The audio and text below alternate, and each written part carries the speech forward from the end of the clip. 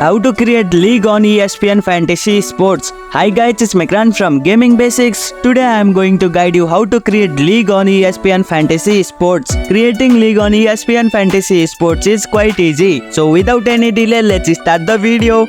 Open the app, launch the ESPN Fantasy Sports app on your mobile device, log into your account. Make sure you are logged into your ESPN account. Tap on Create New League. On the main screen, you will see an option to create new league.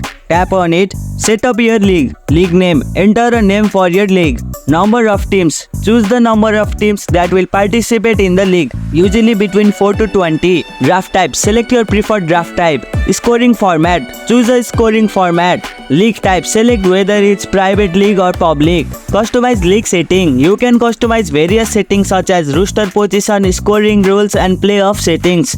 Invite friends. Once your league is set up, you can invite friends by sending them a link or through email. Save and finish. After setting up all the details, tap on save or finish to create your league. And here you go, it's done. If you liked our video, press the thumbs up and share button. If you have any question, comment down below and don't forget to subscribe the channel for more tutorials.